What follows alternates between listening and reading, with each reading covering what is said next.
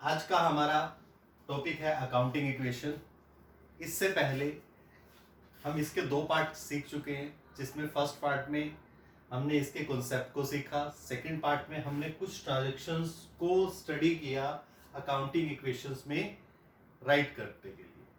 आज इसके third part में हमारा लर्निंग कॉन्सेप्ट उसी तरह से कुछ ट्रांजैक्शंस पर जाएगा कि कुछ ट्रांजैक्शंस अदर ट्रांजैक्शंस यहाँ गिवन है, उनको कैसे अकाउंटिंग इक्वेशन में रिकॉर्ड किया जाएगा। राइट, चलें आज के टॉपिक पर। आज के टॉपिक के अकॉर्डिंग यहाँ मैंने फॉर्मेट क्रिएट किया हुआ है, कुछ ट्रांजैक्शंस यहाँ ली हुई हैं, एक एक करके उन पर डिस्कस करेंगे और उसको अकाउंटिंग इक्वेशन में रिकॉर्ड करेंगे। फर्स्टली हमारी ट्रांजैक्शन है started business with cash ₹1 lakh. जैसा कि हमने इसको लास्ट वीडियो में भी कवर किया कि आपको किसी भी ट्रांजैक्शन को रिकॉर्ड करते हुए फर्स्टली उसको क्या करना है, एनालाइज करना है। स्टार्टेड बिजनेस विद कैश कि उसमें कौन कौन से कंपोनेंट इफेक्टेड डाल रहे हैं इक्वेशंस पर। फर्स्टली देखिए, बिजनेस स्टार्ट किया कैश के साथ, तो एक इफेक्टेड क्या हुआ, कैपिटल, और दूसरा कैश। कैश किससे रिलेटेड है, एसेट से रिलेटेड, और दूसरा कैपिटल इफेक्टेड है, कॉलम क्रिएट कर लेंगे। अब यहां business third step, second step में हमने क्या सीखना है कि उन कंपोनेंट में कौन सा कंपोनेंट इंक्रीज या डिक्रीज हो रहा है। अब बिजनेस पॉइंट ऑफ व्यू से सोचना है, तो ऐसी कंडीशन में बिजनेस के पास कैश आया और दूसरी बिजनेस की internal liability, that mean capital increase हुई। तो वो पार्ट इंक्रीज हो रहे हैं कितने वैल्यू से, 1 लाख से। तो cash increase 1 lakh, capital increase 1 lakh.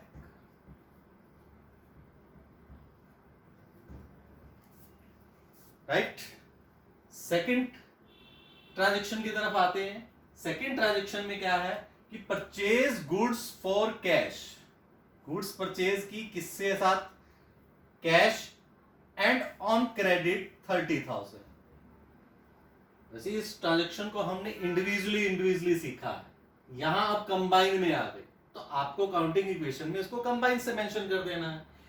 अगर हम इंडिविजुअली डिस्कस करें तो गुड्स परचेज की कैश में, इसमें क्या है, बिजनेस के पास गुड्स आ रही हैं और कैश जा रहा है। दोनों ही इफेक्ट किसके ऊपर है, एसेट्स के ऊपर। गुड्स को हम डिनोट कर सकते हैं किससे, स्टॉक से। स्टॉक इंक्रीज हो रहा है आपका कितने से, 20,000 से। दूसरी तरफ कैश डिक्रीज हो रहा है आपका कितने से, 20,000 से। राइट, सेम इसी ट्रांजैक्शन में का ऑन क्रेडिट, कुछ गुड्स 20,000 कैश में खरीदी और कुछ गुड्स उधार में खरीदी 30,000 से।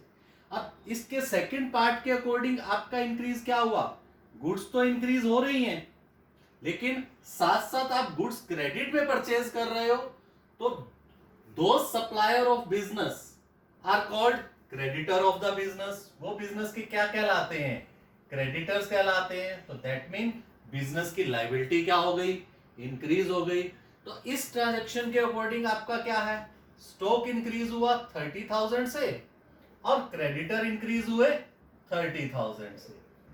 कुल मिलाकर अगर इस सेकंड ट्रांजैक्शन के अकॉर्डिंग देखा जाए तो आपकी स्टॉक की वैल्यू 50,000 से इंक्रीज हो गई, जिसमें आपको 20,000 कैश में पेमेंट कर दी और कुछ पेमेंट अभी आपको करनी बाकी है, तो जिससे आपकी लायबिलिटी क्या हो गई, इंक्रीज हो गई। तो आफ्टर सेकंड ट्रांजैक्शन हम लोग क्या फाइंड आउट करते हैं, न्यू इक्वेशन फाइंड आउट करेंगे।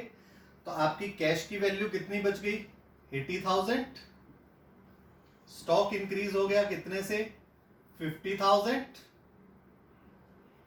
एंड क्रेडिटर, लायबिलिटी में क्रेडिटर की वैल्यू इंक्रीज हो गई कितने से, 30,000। कैपिटल की वैल्यू है 1 लाख। आप वेरीफाई भी कर सकते हैं कि आपके left hand side equal to right hand side है, 80,000 plus 50,000 130, and right hand side 30,000 plus 1 lakh 1,30,000। Clear, I think clear हो रहा होगा स्टूडेंट।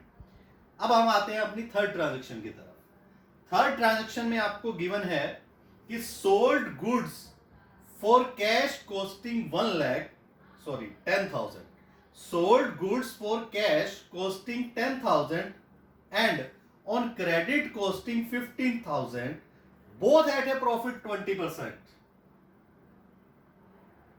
अब बिजनेस के द्वारा गुड्स को क्या किया गया है, सेल किया गया है, और सेल भी कुछ गुड्स कैश में सेल की गई हैं और कुछ गुड्स क्रेडिट में सेल की गई हैं। अब जो गुड्स आपने कैश में सेल की उनसे आपकी गुड्स डिक्रीज हुई और कैश की वैल्यू क्या हुई, इंक्रीज हुई। लेकिन जो गुड्स आपने क्रेडिट में सेल की उनके कारण से गुड्स डिक्रीज हुई, लेकिन क्रेडिट में सेल की, जिनको हम क्रेडिट में गुड्स सेल करते हैं वो हमारे क्या कहलाते हैं, डेटर्स। क्या कहलाएंगे, डेटर्स कहलाएंगे, देनदार। लेकिन इसमें क्योंकि जब भी हम बिजनेस करेंगे तो नेचुरल तौर पे कोशिश ये रहती है कि हम गुड्स किस लिए कर रहे हैं, प्रॉफिट में सेल करने के लिए। तो यहां एक सीधा सीधा इफेक्ट क्या है कि जो गुड्स आप बेच रहे हो वो 20% प्रॉफिट के साथ बेच रहे हो, इससे आपको 20% प्रॉफिट हो रहा है। तो ऐसी कंडीशन के अंदर जो 20% प्रॉफिट है उसका अकाउंटिंग इक्वेशन में इफेक्ट कैसे होगा। फर्स्टली हम सीखते हैं, sold goods for cash costing 10,000, 10,000 वाली गुड्स आपने कितने परसेंट प्रॉफिट पर सेल किए हैं, 20%। तो किस किस के ऊपर, तो ऐसे में sold goods for cash costing, अब फर्स्टली हम कैश गुड्स के ऊपर ही बात करते हैं, किस प्रॉफिट में बेची, 20% प्रॉफिट के साथ। तो गुड्स की वैल्यू डिक्रीज होगी कॉस्ट प्राइस पर, यह हमेशा आपने ध्यान रखना बचा। गुड्स कॉस्टिंग 10,000 तो स्टॉक की वैल्यू कम हो गई 10,000, लेकिन आपको बदले में मिल रहा है कैश।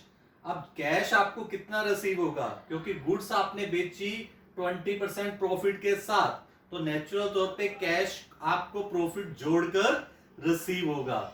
जिसको नहीं फाइंड आउट करना आता कैसे निकालते हैं, 10,000 का 20% कितना होगा, 2,000। दैट मीन आपने गुड्स को सेल किया 12,000 में, तो ऐसी कंडीशन के अंदर आपकी कैश की वैल्यू कितनी इंक्रीज होगी, 12,000। लेकिन इस ट्रांजैक्शन के दौरान हमने सीखा हुआ है कि बिजनेस को कोई भी रिवेन्यू या प्रॉफिट्स होंगे वो सीधा सीधा इफेक्ट किसके ऊपर डालेंगे, कैपिटल के ऊपर। तो ऐसी कंडीशन में आपका जो प्रॉफिट हुआ उससे कैपिटल क्या हो जाएगी, इंक्रीज हो जाएगी। क्लियर। सेम, अब जो गुड्स आप क्रेडिट में सेल कर रहे हैं उसके बारे में भी सेम पोजीशन लेंगे। कॉस्टिंग कितनी थी, 15,000, कितने परसेंट प्रॉफिट पर सेल की, 20% प्रॉफिट पर। तो सेम एज गुड्स के प्राइस आपको बताया कि किस प्राइस पर डिक्रीज होता है, कॉस्ट प्राइस पर। तो गुड्स में से डिक्रीज, दैट मींस स्टॉक में से डिक्रीज 15,000। आपने इसको कितने परसेंट प्रॉफिट पर सेल किया, 20%। तो 15,000 का 20% 3,000। जैसे हमने पहले कैलकुलेट करना मैंने आपको बताया उसी तरह से कैलकुलेट करेंगे। 3,000 दैट मीन आपने 15,000 वाली गुड्स कितने में सेल की हैं, 18,000। लेकिन अभी आपको उसकी पेमेंट रिसीव नहीं हुई, पेमेंट लेनी है। जिनसे पेमेंट रिसीव करनी है वो हमारे क्या हैं, डेटर्स। तो दैट मीन हमारे डेटर इंक्रीज हो रहे हैं कितने वैल्यू से, 18,000 से। लेकिन इस ट्रांजैक्शन के दौरान आपको क्या हुआ, 3,000 का बेनिफिट अराइज हुआ, गेन हुआ, और वो गेन हम किस में ऐड करते हैं, कैपिटल में। क्लियर। तो 3,000 का प्रॉफिट हम किस में जोड़ देंगे, कैपिटल के अंदर।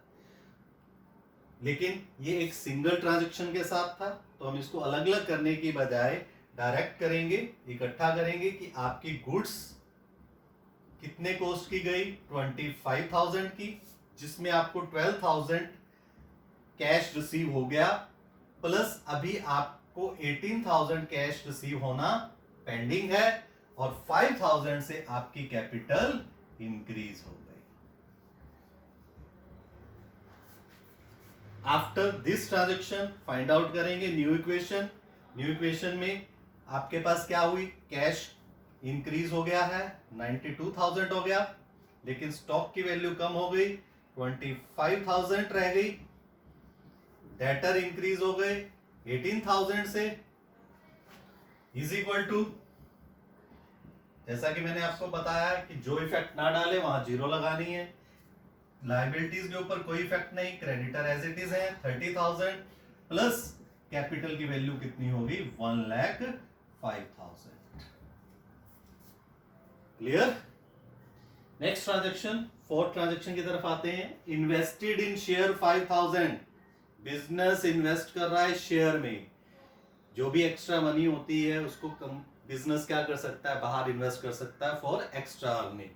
तो एक तरह से ये एसेट्स होती है। इन्वेस्ट के रूप में क्या जा रहा है, कैश, तो कैश डिक्रीज हो गया, लेकिन वो इन्वेस्टमेंट हमारे लिए एक तरह से क्या होती है, एसेट्स होती है, तो इसलिए उसको इन्वेस्टमेंट या शेयर के नेम से दिखाएंगे प्लस 5,000, राइट।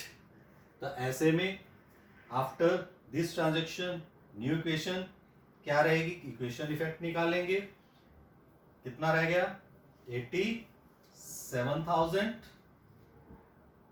यहां सॉरी बेटा plus 25,000 plus 18,000 plus 5,000 is equal to, liability पे कोई इफेक्ट नहीं, 30,000 प्लस 1,05,000।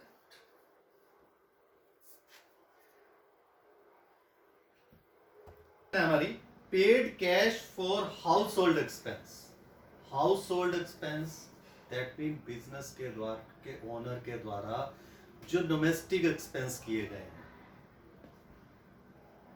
पर्सनल यूज के लिए किए गए हैं, उन एक्सपेंस को हम कॉल करते हैं यहाँ क्या, ड्राइंग। क्या कहलाते हैं, ड्राइंग कहलाते हैं। अब paid cash for household expense, मान लीजिए ये एक्सपेंस है आपके 2,000, तो ऐसे में एक्सपेंस किए तो कैश की वैल्यू क्या हुई, डिक्रीज। कैश क्या हो रहा है, डिक्रीज, तो एसेट डिक्रीज हो गई। लेकिन जो ड्राइंग होगी वो भी सीधा सीधा इफेक्ट किस पर डालेगी, कैपिटल के ऊपर। किसके ऊपर डालेगी, कैपिटल के ऊपर। तो ड्राइंग से भी कैपिटल क्या होगी, डिक्रीज होगी। Clear. After this transaction find out again new equation. Cash की वैल्यू रह गई आपकी 85,000 plus stock 25,000 plus debtor 18,000 plus investment 5,000 is equal to creditor 30,000 plus capital 1,03,000।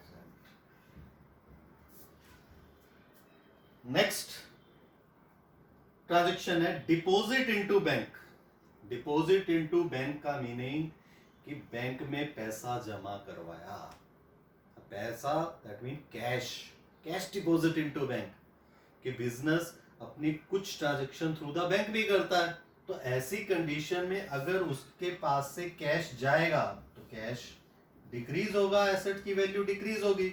लेकिन दूसरी तरफ बैंक क्या है, बैंक बैलेंस भी बिजनेस के लिए क्या है, एसेट्स। बैंक भी बिजनेस के लिए क्या कहलाता है, एसेट्स कहलाता है। तो ऐसे में क्रिएट करेंगे वेरिएबल और उसकी वैल्यू को क्या कर देंगे, इंक्रीज कर देंगे, राइट।